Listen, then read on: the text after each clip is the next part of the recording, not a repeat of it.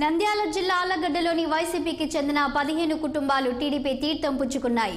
వారికి మాజీ మంత్రి భూమా అఖిలప్రియ పార్టీ కండువా కప్పి సాదరంగా పార్టీలోకి ఆహ్వానించారు. రాష్ట్రంలో జరిగే రాక్షస పాలనను చూడలేక నియోజకవర్గంలోని ప్రజలు స్వచ్ఛందంగా పార్టీ మారుతున్నారని అఖిలప్రియ అన్నారు. నియోజకవర్గ అభివృద్ధి విషయంలో పార్టీలకు అతీతంగా కృషి చేస్తామని స్పష్టం చేశారు. పరిపాలన చూడలేక తట్టుకోలేక ఈరోజు ప్రజలందరూ కూడా మార్పు రావడమే కాకుండా మళ్ళీ ఈ రాష్ట్రాన్ని ముందుకు నడిపించాలంటే చంద్రబాబు నాయుడు గారు ముఖ్యమంత్రి కావాలా, ప్రతి ఒక్క నియోజకవర్గంలో తెలుగుదేశం పార్టీ జెండా ఎగిరేయాలా అనే ఒక నమ్మకంతో ప్రజలందరూ కూడా ఉన్నారు. ఈరోజు ఎమ్మెల్యేలు ఏ స్థాయికి వచ్చినారంటే మేము ప్రచారం తిరుగుతుంటేనే కూడా ఓడ్చుకోలేకపోతున్నారు.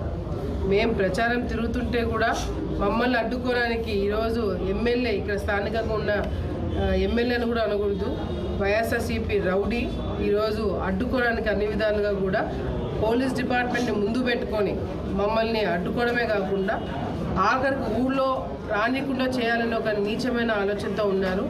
కానీ వాళ్ళకి తెలియంది ఏంటంటే మీరు ఎన్ని అరాచకాలు చేసినా, ఎంత భయపెట్టాలని ప్రయత్నం చేసినా, ఎన్ని కేసులు పెట్టినా, ఏం చేసినా కూడా ఇక్కడ తెలుగుదేశం పార్టీలో కావచ్చు, లేదా భూమా కుటుంబంలో కావచ్చు, భూమా కార్యకర్తలు కావచ్చు, ఎవడు కూడా భయపడేవాడు ఎవడు కూడా ఇక్కడ లేడు.